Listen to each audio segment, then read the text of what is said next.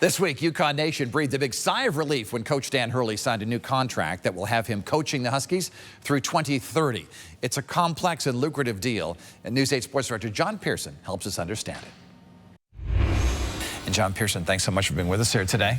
Good to be here, as always. So this was big news that now the contract, we knew he was going to sign it, but now we know the details of it. What do you know about it? Well, I mean, 6 years, $50 million. I'm not surprised at that number because I thought that might be where they landed after the Lakers offer of $70 million. And it's a $400,000 base salary for the coaching part, and then it's just layered with so many things like, you know, media obligations, other things like consulting.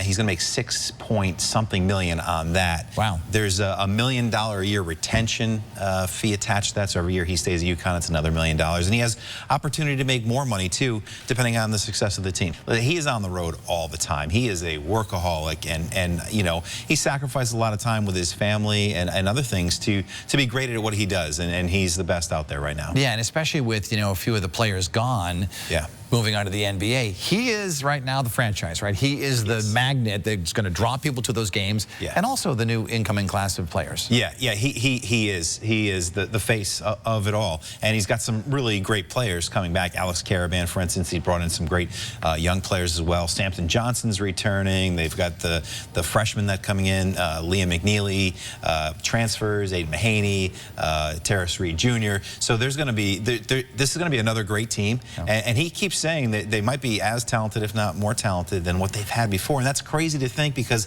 they won back-to-back national championships, winning all those games by double figures every game. And no doubt these incoming players were all excited to play for Dan Hurley, right? Yeah. And had he gone to the Lakers, that might have really changed UConn for the negative. Yeah, I think so. And I don't think it would have been a good fit for either one, because I think Dan Hurley is a great college coach. That NBA schedule, 82 games, you're dealing with, you know, these, you know, highly paid NBA players. And could Dan Hurley keep that intensity up for an 80 plus game regular season schedule, postseason schedule, and he's the perfect fit here. And they're great with Dan Hurley, Kamani Young, Luke Murray, Tom Moore, the coaching staff. They really develop talent, and that's why these kids want to come here, because they want to be NBA ready. And as we're seeing now, they're getting guys NBA ready, from Jordan Hawkins, Andre Jackson Jr., Damas Snogo, to Donovan Clingan this year, Stephon Castle, Tristan Newton, and Cam Spencer. You covered him since he first got here. Yeah. He and his wife Andrea have really grown to love Connecticut. Yes. This is their home now. Yeah. They're from New Jersey. They lived in Rhode Island for a while,